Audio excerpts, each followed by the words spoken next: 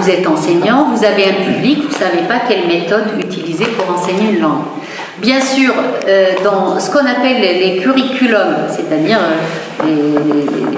les cadres d'orientation et les programmes mis en place pour donner des instructions pour enseigner une langue, ce sont les éléments dont dispose tout enseignant pour choisir sa méthode, ses outils et ses objectifs didactiques et pédagogiques. Ils ne sont pas mentionnés, ces éléments de langue maternelle, seconde ou étrangère. À partir du moment où cette langue a été enseignée en milieu berbérophone, pourquoi est-ce qu'on ne met pas langue maternelle ou bien langue natale, langue une, selon les concepts utilisés dans beaucoup de pays dans le monde? Non, on n'en parle pas parce que dire langue maternelle, qu'est-ce que cela veut dire? Cela veut dire qu'elle n'est pas la langue de tous les Algériens, comme c'est énoncé dans le cadre institutionnel. Le berbère, langue de tous les Algériens. Patrimoine national, langue de tous les Algériens. Donc c'est l'une des raisons pour lesquelles aussi, peut-être, c'est l'une de mes lectures, peut-être que pour éviter ces contradictions, l'avantage aussi, on parle aussi des éléments positifs.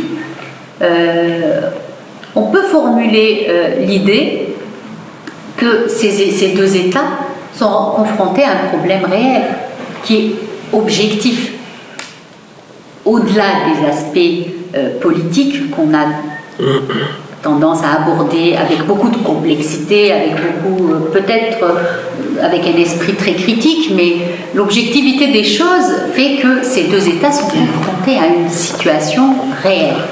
C'est la question des ressources en termes d'enseignement, en termes de production, de l'équipement linguistique et pédagogique.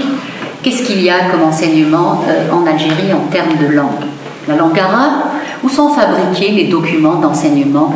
Je ne parle pas des manuels qui sont faits en Algérie, je parle des dictionnaires, je fais allusion à tout un ensemble de savoirs universitaires.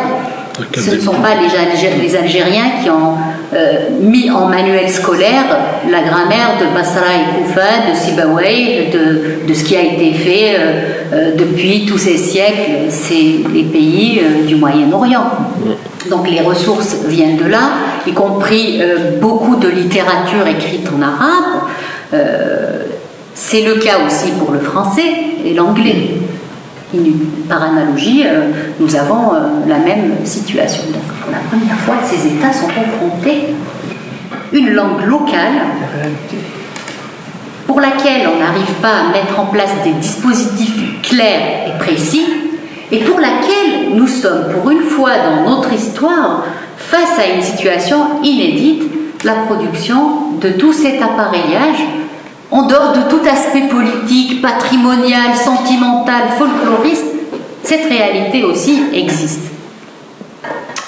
Toutefois, on ne s'arrêtera pas là, parce que ce sont des pays qui ne sont pas considérés comme les plus pauvres du monde, je ne vous l'apprends pas, l'Algérie et le Maroc. Si ces États-là avaient probablement s'était inscrit dans un réel projet de société, projet intégrateur, citoyen, on ne chercherait probablement pas des solutions de réponse uniques à un mouvement populaire, ou bien pour devancer une éventuelle militance.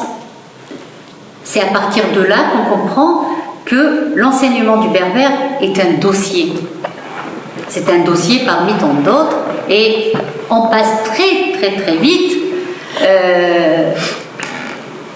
d'un projet de société du projet de société dont on aurait rêvé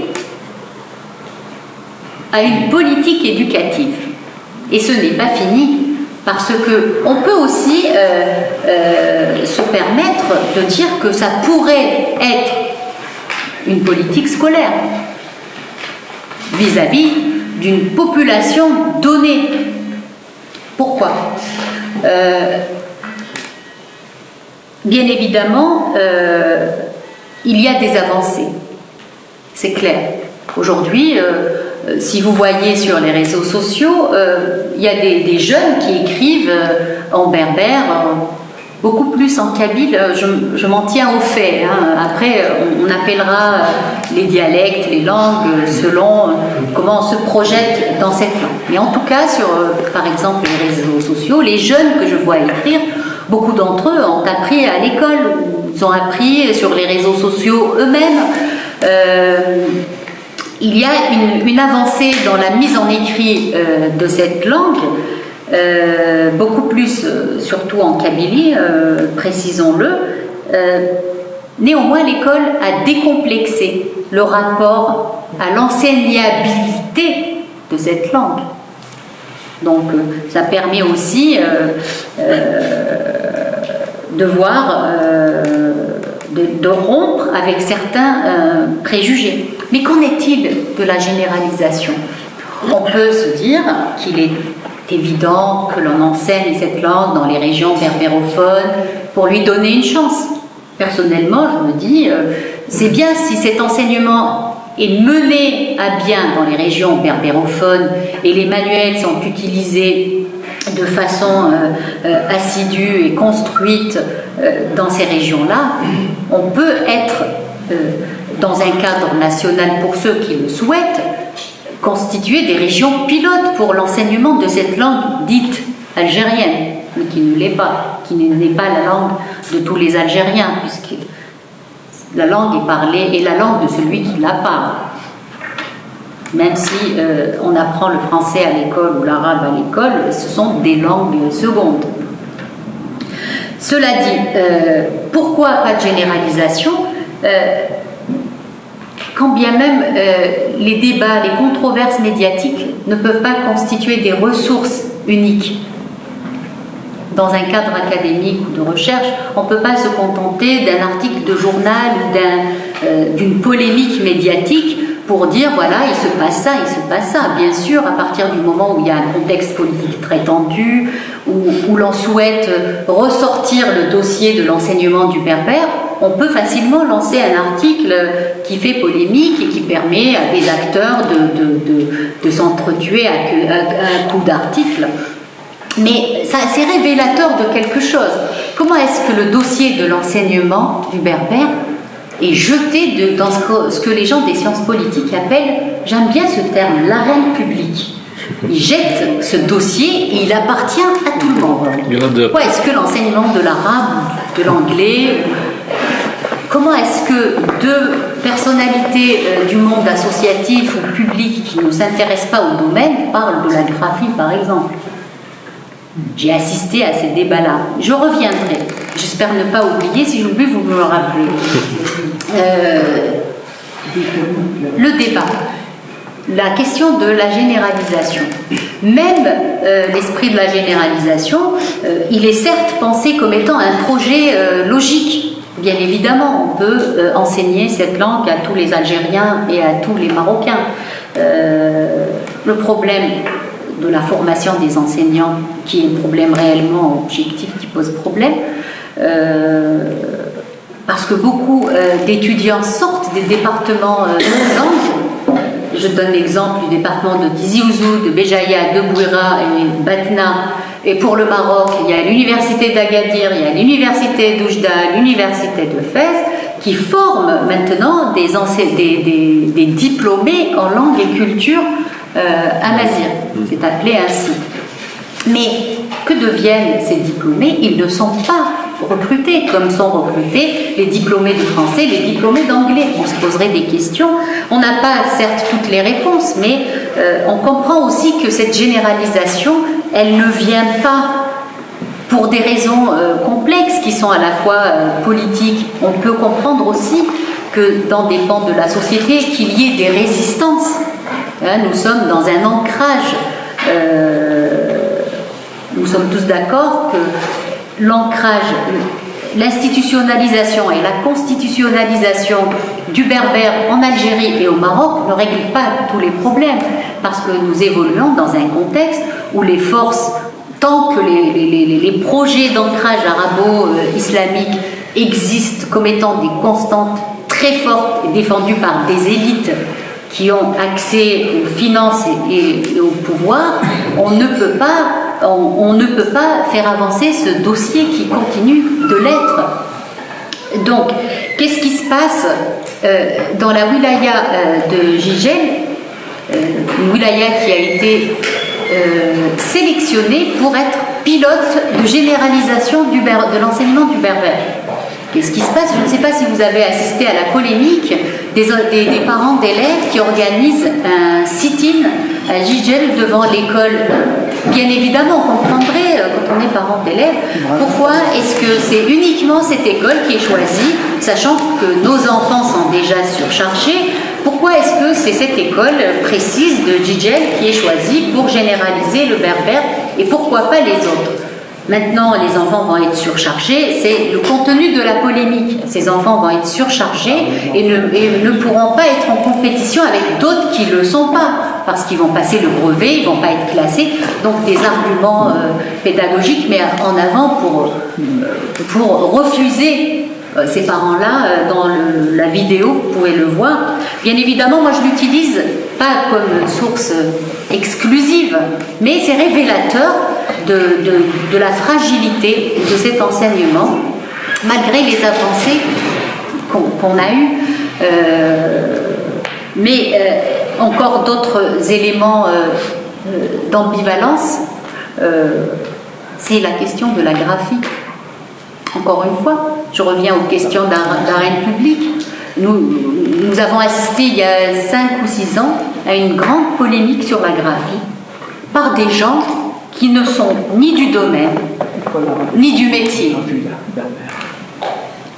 Inutile de citer des noms, parce que autant au Maroc qu'en Algérie, il y en a beaucoup. Mais si on s'arrête à cette polémique, on va se dire oui, chacun défend une graphie. Il n'en est pas du tout. Parce que nous assistons à une guerre médiatique pour d'autres raisons, parce que les gens appartiennent à des bords opposés, qui se sont confrontés sur d'autres idées dans d'autres espaces, mais faudrait-il le savoir? Mais qu'est-ce qui se passe en fait?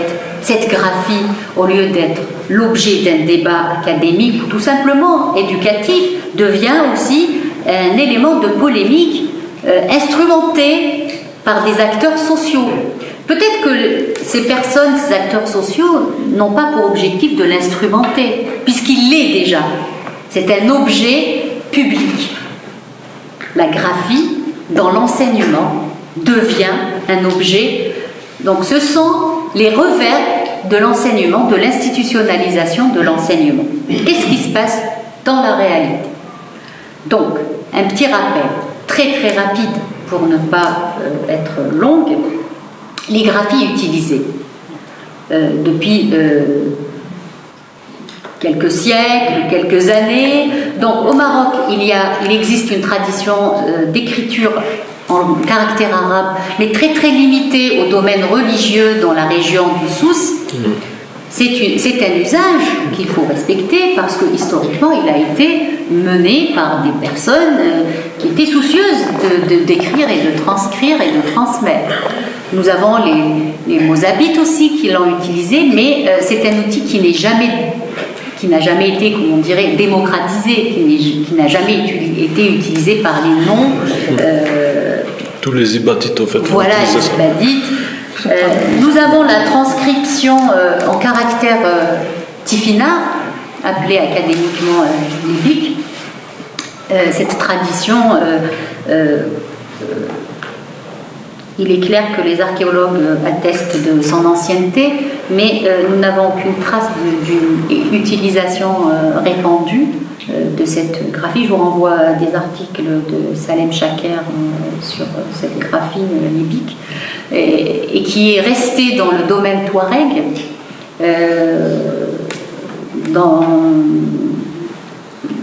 dans un usage très très particulier, et qui par ailleurs n'a pas été diffusé dans des formats, disons, contemporains. Ça a été une transmission familiale, orale, sociale, qui fait partie de façon très complète et très cohérente de leur vie, de leur mode de vie.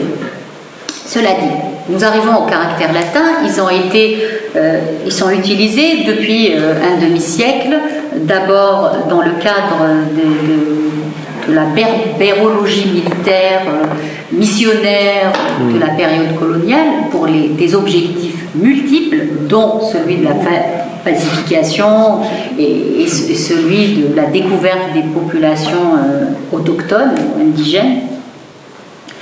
Ensuite arrivent les pionniers, ce sont Mohamed Saïd Boulifa, Ben Sdera. Ben Sdera, d'abord, c'est d'ailleurs le premier qui a utilisé pour faire des cours dans la graphie latine, c'est Ben Sdera, qui est anglophone par ailleurs. Je vous invite aussi à lire ce qui est écrit sur Belkacem Ben Sdera. Mais le pionnier de l'écriture en caractère latin reste Mohamed Saïd Boulifa et plus tard Le Chani, qui ont utilisé cette écriture, qui a été ensuite reprise dans le cadre du fichier de documentation berbère, qui est une production très importante et de masse, de collecte de patrimoine oral, littéraire très très complet. En Kabylie et ailleurs aussi, nous avons eu droit à des dictionnaires, Foucault, Destin, Lanfry, Jacques Lanfry. Bien sûr, on a eu des dictionnaires de Pierre Rude. Mais c'est à partir du fichier de documentation berbère que cette graphie a commencé à être structurée, normalisée. J'utilise un terme donc qui est connu, normativisé, c'est-à-dire comment découper la phrase. C'est à partir de là que ça a commencé, et c'est par la suite que Mamri a apporté, s'est inscrit dans l'un des plus importants épisodes de l'histoire de l'écriture de la langue berbère, avec tous les travaux qui existent autour. Donc c'est un petit rappel qui permet de vous situer dans l'histoire, dans le temps et l'espace pour voir un peu ces usages. Donc les États, qu'est-ce qu'il faut ? Les instructions, les dispositions algériennes ne mentionnent pas les caractères qu'il faut utiliser dans l'enseignement. Bien évidemment, les 80 enseignants qui sont la majorité, c'est-à-dire ceux de la Kabylie, quelques-uns du domaine chaoui et du domaine mozabite, donc la tendance était concrètement, pragmatiquement, c'est un fait de terrain, c'était les caractères latins, puisque ces enseignants maîtrisaient déjà cette écriture et les premiers stages, ils ont été effectués dans cette écriture. Cela dit, d'autres enseignants ont été invités à pratiquer leur graphie. Mais qu'est-ce qui se passe au Maroc ? Le Maroc décide, après de longues négociations, une grande prospective que vous pouvez lire dans mes travaux, qui sont en ligne, qui sont en accès libre, vous pouvez les lire, opte pour la graphie latine pour des raisons excusez-moi, pour la graphie tifina, pour des raisons à la fois politique, je n'ose pas dire politique, d'arbitrage. Disons, c'est une option d'arbitrage. Mais qu'est-ce qui se passe en réalité ? Entre une tendance en Algérie de l'écriture en caractère latin qui aurait pu être adoptée immédiatement, puisque l'usage était là, des œuvres littéraires existaient déjà, elles ont été lues, connues, un travail de normalisation au lieu, donc en Algérie, aucune option. Au Maroc, le Maroc aurait peut-être pu utiliser la graphie arabe, puisque pour certains c'était la graphie traditionnelle. Il n'existe pas de Touareg au Maroc. Vous voyez, le pays qui aurait pu avancer l'argument du tifinagh par la présence physique d'une population qui pratique cette écriture n'a pas utilisé le tifinagh. Ce sont des contradictions et surtout entre des délires politiques et des réalités socio-linguistiques. Donc ces contradictions se manifestent à toutes les strates. Quand bien même les avancées existent, bien évidemment, des enseignants, certains des groupes d'enseignants, par exemple en Algérie, avancent très vite et font partie, ils ont été invités à fabriquer eux-mêmes les manuels scolaires Et certains enseignants sont des diplômés de l'université de Tizi Ouzou, de Béjaïa. Voilà, ce ne sont pas des enseignants uniquement investis dans leur charge horaire. Mais qu'est-ce qui se passe? En Algérie, nous avons un manuel, je peux le laisser circuler si vous le souhaitez. Nous avons un ensemble de textes, donc encore un élément assez, moi je l'ai caractérisé d'anti-pédagogique. Sachant, ça c'est un manuel de lycée, mais il existe des manuels de l'école primaire. Donc regardez bien le schéma. En Algérie, on commence à étudier le berbère à l'école primaire dès la 4e année primaire. Ce qui veut dire après les 2 langues étrangères que découvre l'enfant à l'école. Après l'arabe et le français. Il commence à étudier le berbère. On lui soumet ce manuel. Donc là, c'est une partie en caractère latin et une partie en caractère arabe. Je ne suis pas spécialiste de psychopédagogie. S'il y en a parmi vous, vous me direz, est-ce que sur ce plan-là, c'est un critère de pédagogie. Ensuite, on peut dire que l'on fabrique un manuel pour 2 usages. On peut l'accepter. On peut dire on fait ce manuel pour ceux qui utilisent la graphie arabe et pour ceux qui utilisent la graphie latine. On peut admettre l'idée que l'on peut le faire circuler. Sachant que nous sommes dans les premières années, c'est tout à fait concevable qu'on accepte quelques petites contradictions. Mais le fait est que ce manuel produit dans le cadre du GSD, du groupe GSD. C'est le groupe qui met en place les manuels scolaires. Ils sont aussi en charge d'aménager la langue, de choisir avec quelle langue. Donc c'est un manuel en kabyle, où sont introduits quelques mots d'autres langues berbères.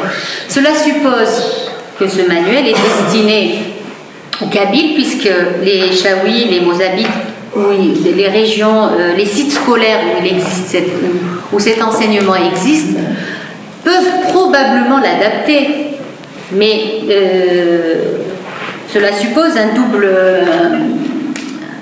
une refonte totale du travail. S'il est destiné en kabylie, à la kabylie, et que la kabylie n'utilise pas les caractères arabes, à quoi sert cette partie? Donc ce sont là quelques contradictions que j'ai relevées. Bien sûr, je n'ai pas examiné le contenu du manuel. Pour chaque appareil, pour chaque langue. Donc nous avons les mêmes leçons, c'est les mêmes leçons, c'est les mêmes textes, juste la transcription.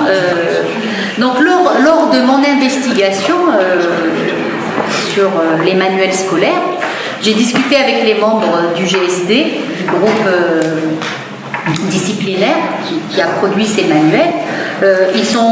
La partie latine est faite dans une écriture latine normalisée, maîtrisée, avec des textes assez diversifiés. Je vais faire circuler le manuel, vous allez voir pour ceux qui veulent. Dans mon enquête, il a été attesté que le GSD a été sollicité pour faire la partie latine. Ils ont découvert ensuite cette partie-là plus tard, une fois que le manuel a été édité.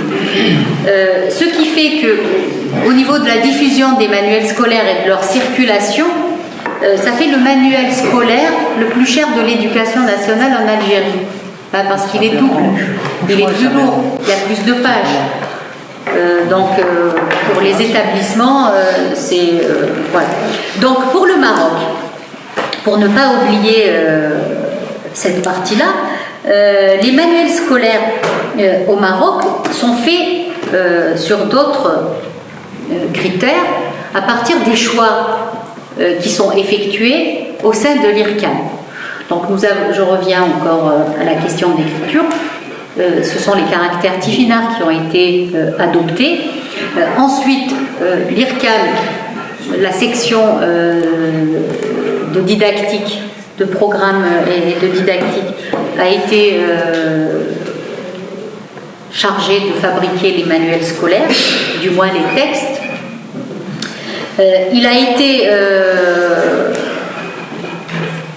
L'option était, pour l'enseignement de la langue, l'IRCAM a été en charge de standardiser tous les parlers berbères, c'est-à-dire produire une langue qui s'appelle le berbère marocain, une forme de centralisme langue berbère marocaine, à partir de tous les dialectes du Maroc. Dans un premier temps, cette disposition a été prise, mais il fallait introduire l'enseignement. Nous sommes en 2003. L'opinion publique était en attente, sachant que durant l'année du boycott scolaire, il faut croiser aussi ces éléments géopolitiques qui sont très importants et qui ont participé à l'interconnexion des domaines, des champs et des politiques et des modes de gouvernance associés à ce dossier de l'enseignement.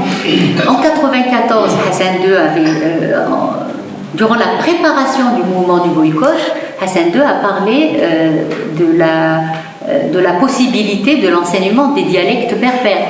Je vous renvoie à une vidéo sur YouTube où elle est toujours disponible. Durant la préparation du boycott scolaire en Algérie. Et juste après le printemps noir de Kabylie, on prépare l'enseignement du berbère au Maroc. Donc je vous laisse le soin de suivre un peu ça me rappelle, si académiquement j'ai appelé ça la rivalité mimétique, moi ça me fait penser aussi à la joute oratoire. Là on se retrouve dans un va-et-vient qui peut peut-être être dans un premier temps perçu comme un élément positif dans la gouvernance du dossier berbère, mais il n'en est rien, parce que quand